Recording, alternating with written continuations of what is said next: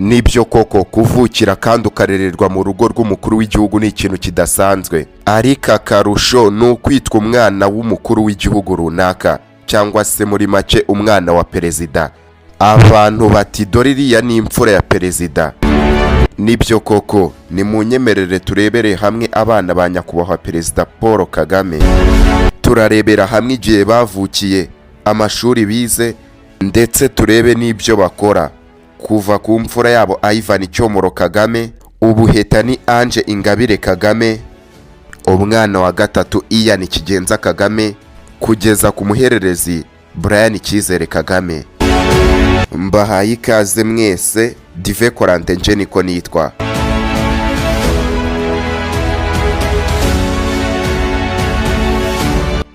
Ubundi byose reka tubitangire neza mu gitondo kimwe cy'umwaka w'igihumbi kimwe magana cyenda na mirongo inani n'icyenda.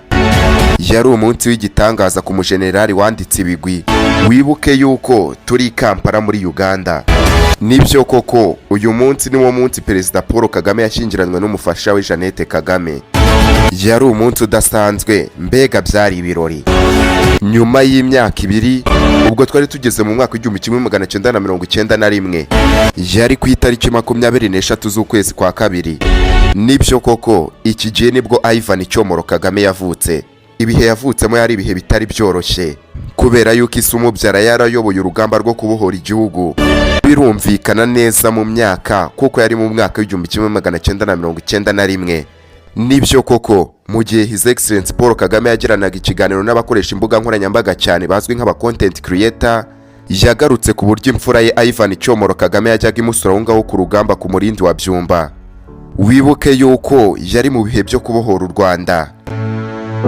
Ndetse kandi nanone iyi nkuru wayisanga mu gitabo cyitwa A Thousand Years Rwanda's Rebirth and the Man Who Dreamed It. Ni igitabo cyanditswe na Stephen Kenza mu mwaka wa 2008 nyuma yo kugirana ikiganiro na Perezida Paul Kagame. Nibyo koko, urugamba rwo kubohora igihugu rumaze kurangira, Ivan Kagame yize amashuri ye mu Rwanda muri Green Hills Academy, maze akomereza amashuri ye muri Leta Zunze Ubumwe za Amerika. Aha muri Leta Zunze Ubumwe za Amerika yahize kaminuza zitandukanye, harimo yitwa Pace University yo muri New York. Aha ngaha niho yakuye impamyabumenyi hanitse y'icyiciro cya kaminuza mu bigendanye n'ubukungu, ndetse yakomeje kwiga muri Leta Zunze Ubumwe za Amerika, yiga mu ishuri rya Amashuri School of Business. Aya masomo yayigaga muri kaminuza yitwa Stephen California iherereye Los Angeles muri Leta Zunze Ubumwe za Amerika. Aha ngaha niho yakuye impamyabumenyi y'icyiciro cya gatatu cya kaminuza, cyangwa se bizwi nka masters. Nyuma yo kuminuza mu bigendanye n'ubukungu na business, yahise atangira urugendo rwo kwikorera. Yabaye umushoramari muri iyo myaka yose kugeza mu mwaka wa 2020, ubwo Perezida Paul Kagame yamugiraga umwe mu bagize inama y'ubutegetsi mu kigo cy'igihugu gishinzwe iterambere RDB. Ni mu nyemerere turebere hamwe umwana wa kabiri wa Perezida Paul Kagame. Uyu nta wundi ni Ingabire Ange Kagame. Ange Kagame, umukobwa rukumbi wa Perezida Paul Kagame, akaba mushiki wa Ivan Kagame, Ian Kagame na Brian Kagame. Ange Kagame kandi n'umugore byemewe mu mategeko na Bertrand Ndengeyingoma. Bakaba banafitanye abana babiri, ari bo Abe Anaya Ndengeyingoma ndetse na Agwize Amaria Ndengeyingoma. Ange Kagame yavutse ku itariki 9 z'ukwezi kwa 8 mu mwaka w'igihumbi kimwe magana cyenda na mirongo icyenda na gatatu, avukira mu Bubiligi. Iki gihe avuka, umubyeyi umubyara His Excellency Paul Kagame yari ku rugamba rwo kubohora igihugu. Iki gihe urugamba rwo kubohora igihugu rurangiye, Ange Kagame nawe yize mu Rwanda, yiga muri Green Hills Academy kugeza mu mwaka wa 2010, ari nabwo yasozaga amashuri yisumbuye. Ange Kagame yahise akomereza amasomo ye muri Leta Zunze Ubumwe za Amerika, nuko akomeza icyiciro cya kabiri cya kaminuza mu bigendanye na politiki. Aya masomo yayafatiye mu ishuri rya Smith College, aha ngaha ni muri Massachusetts muri Leta Zunze Ubumwe za Amerika. Aya masomo yarangije, yaje gukomeza icyiciro cya gatatu cya kaminuza cyangwa se bizwi nka masters muri kaminuza ya Columbia State University. Iyi ni kaminuza iherereye i New York muri Leta Zunze Ubumwe za Amerika. Aha ngaha muri iyi kaminuza niho yize ibigendanye n'imibanire mpuzamahanga cyangwa se ibyitwa International Affairs. Nyuma yo gusoza aya masomo, yaje kugaruka mu Rwanda, maze atangira gukora mu biro bya Perezida wa Repubulika y'u Rwanda muri Village Urugwiro. Aha ngaha yari mu mwaka wa 2015.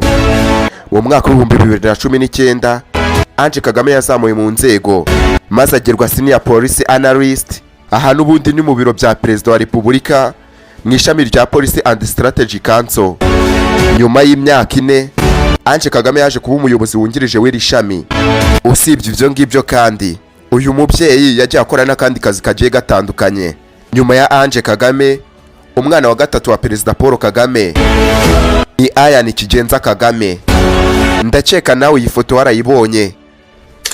Uyu ni Ayani Kigenza Kagame mu mpuzangano za CTU Counter Terror Unity. Major Ayani Kigenza Kagame yavutse mu mwaka w'1995 nk'uko bisanzwe. Nawe yize amashuri atandukanye, aho yize mu ishuri rya Green Hills Academy, nyuma za gukomereza amashuri ye muri Leta Zunze Ubumwe za Amerika. Ahangaha muri Leta Zunze Ubumwe za Amerika yize mu ishuri rya Diffrid Academy. Uretse n'ahangaha muri Leta Zunze Ubumwe za Amerika yize no mu rindi shuri ryitiriwe Williams, ari ryo ryitwa Williams College, aho yaminurijemo maze akarivanamo impamyabumenyi y'ibigendanye n'icungamutungo. Ayani Kagame yakomereje amasomo ye ahangaha yahise yerekeza mu masomo agendanye na gisirikare. Ahangaha ni mu ishuri rya gisirikare rya Royal Military Academy Sandhurst, riherereye mu majyepfo y'umujyi wa London mu gihugu cy'Ubwongereza. Ahangaha muri iri shuri Ayani Kagame yaje kuhasoza amasomo ye ku itariki 12 z'ukwezi kwa munani mu mwaka w'2022. Iki gihe yasoje afite ipeti rya Suriyetona. Iki gihe Ayani Kagame asoza aya masomo yasozanyije n'abandi banyarwanda babiri, aribo Pake Udahemuka, David Nsengiyumva. Nyuma yo gusoza aya masomo yaje kwinjira mu gisirikare cy'u Rwanda RDF ku itariki 4 z'ukwezi kwa 11 mu mwaka w'2022. Uyu muhungu wa Perezida Ayani Kagame ari mu basore n'inkumi barahiriye kwinjira mu ngabo z'u Rwanda RDF nyuma yo gusoza amasomo n'imyitozo bya gisirikare. Ni umuhango wabereye ku ishuri rya gisirikare rya Gako mu karere ka Bugesera. Reka dusoreze ku muhererezo wa Perezida Paul Kagame, ariwe Brian Cyizere Kagame. Brian Kagame yavutse mu mwaka w'1998. Nawe yize muri Green Hills Academy ndetse nawe akomereza amasomo ye hanze y'u Rwanda muri Leta Zunze Ubumwe za Amerika tariki 13 z'ukwezi kwa 12 mu mwaka w'2024. Nawe nibwo yasoje amasomo ya gisirikare ku rwego rwa Officer Cadet mu ishuri rya Sandhurst Military Academy mu Bwongereza. Ku itariki ya 3 Ukwakira umwaka w'2025 RDF yinjije abofisiye barenga 1029 barimo 42 bize mu mashuri ya gisirikare yo hanze y'igihugu cy'u Rwanda. Iki gihe Brian Kagame yinjiye mu gisirikare cy'u Rwanda asangamo umukuru we Ayani Kagame.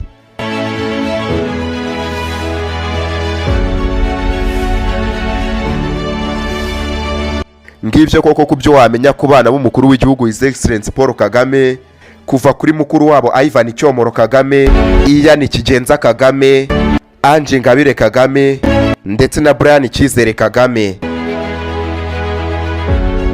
Ndabashimiye mwese. Dive Korante nje niko nitwa.